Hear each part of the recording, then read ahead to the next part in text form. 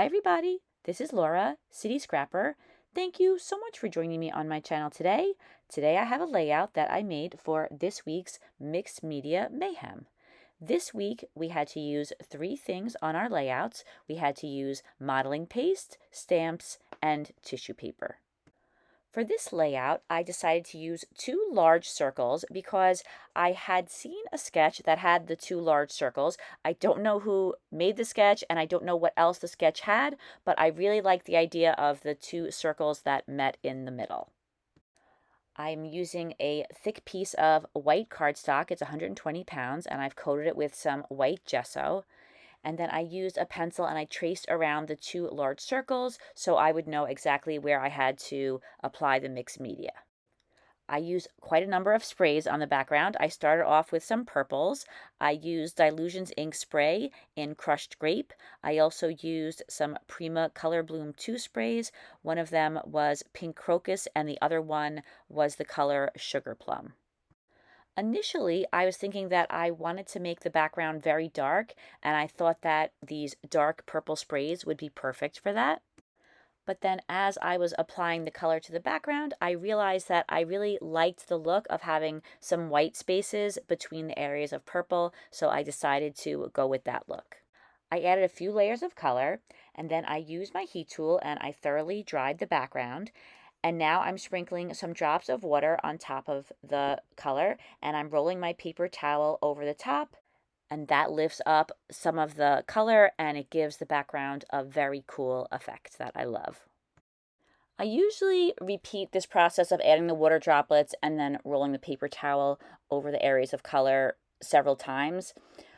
You can't really see where the water droplets are going, or you can't really tell what effect they're going to have until you lift them up. So I like to do it several times, and once I had done it a couple of times, I dried the background and then I sprinkled the water on there one more time. So at this point I was thinking that I was going to stick with an all purple background.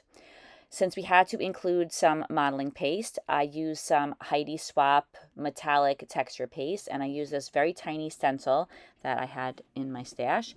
It's a whole series of dots in a cluster. And then I use my palette knife and I'm spreading the glitter paste through the stencil in a couple of different areas. I'm trying to make the areas irregular. I don't want the edges to be straight lines, and I also don't want the dots all over the background. I just want them in a couple of different places. Now I'm using some watered down white acrylic paint and I'm splattering the paint all over the background. This is my process pretty much every time I make a mixed media background. I'll start with the color and then I will add some sprinkles of water to lift up some of the color.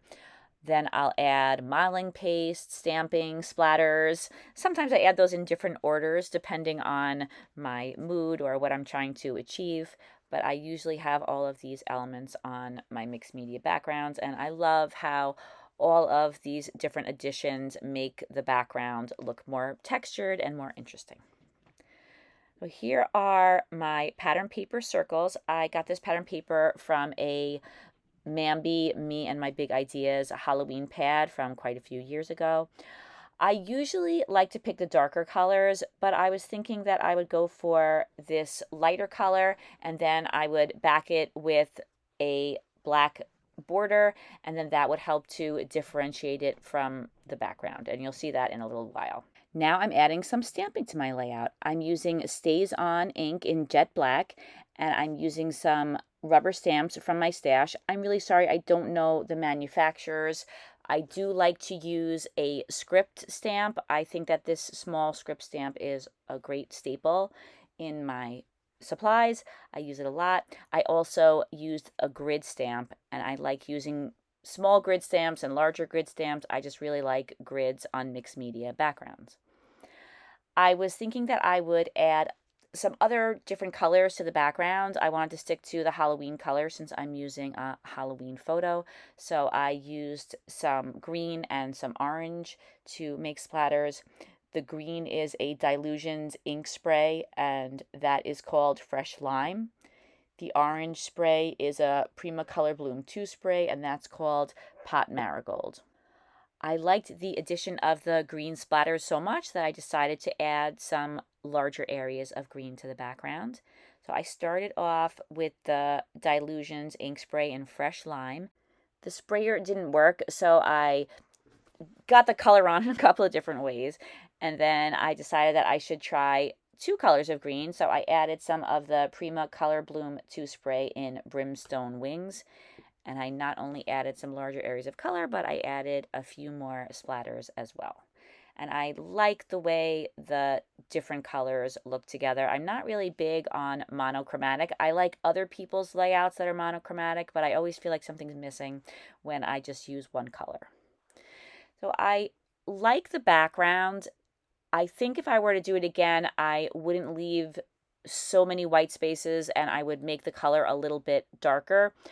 I like the look of this layout. It's a much cleaner Halloween layout than I'm used to. Usually I like to make my Halloween layouts a little more creepy looking, but that's okay. It's good to mix it up a little bit, I think. So I failed to mention that I use my Creative Memories circle cutter, the large one that they have had available quite a few years ago, and I cut out the circles out of the pattern paper, and then I also cut out the black matting for those as well. And then I switched up my picture. It's the same image, but it's in color rather than black and white. These pictures were taken at a place called Witch Pix in Salem, Massachusetts. We've been going there for quite a few years. They take some really cute pictures of the kids dressed up as witches. They put 4 different filters on each image. I was going to use either the black and white or the sepia, but then I thought that I really liked this colorful filter because the orange I thought looked good with the purple background. Then I cut the entire layout a little bit smaller and I mounted it on some black cardstock. I just thought that since there was a border around each of the circles, it would look better if there was a border around the entire layout. I mounted the photo on some thick white cardstock and then again on some black cardstock.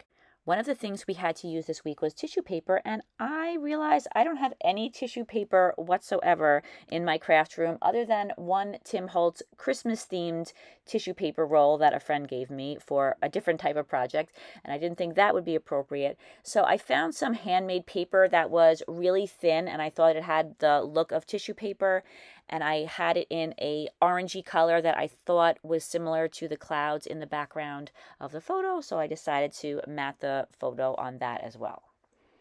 So now I have all of the major elements of the layout set, and I'm going to start embellishing.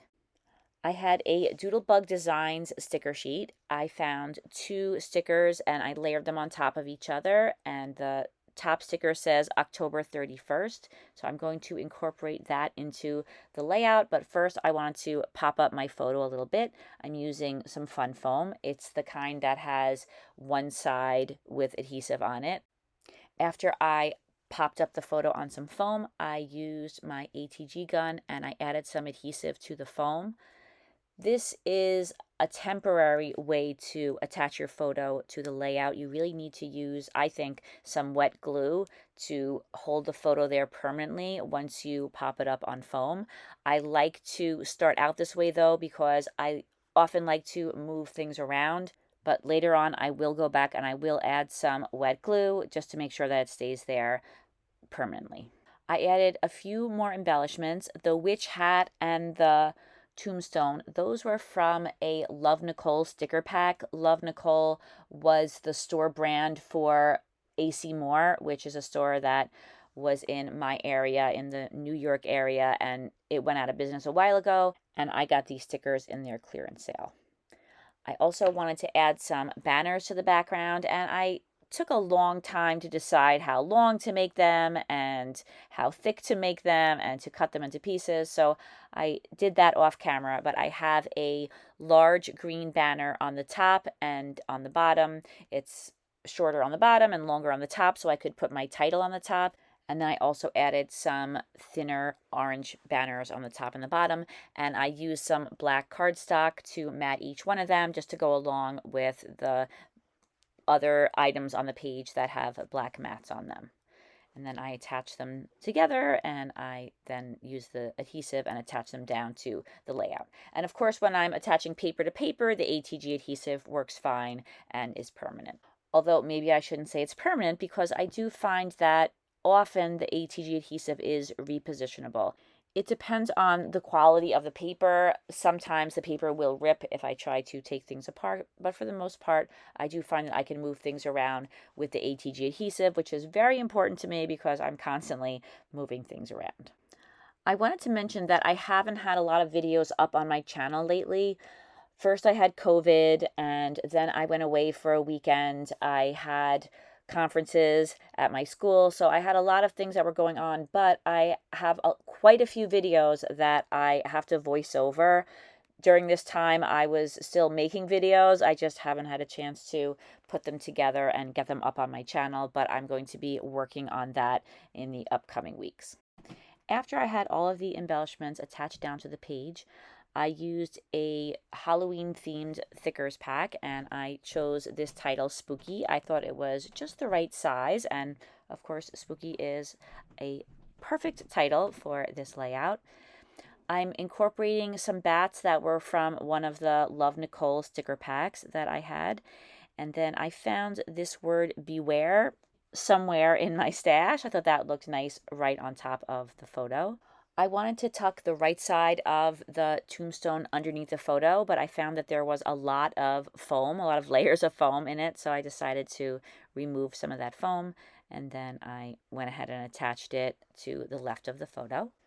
Then I wanted to add some photo corners to my layout, something that I do all the time, and I am using an EK Success scalloped photo corner punch, and they don't make these anymore like a lot of the punches that we use, but I have seen them on eBay often.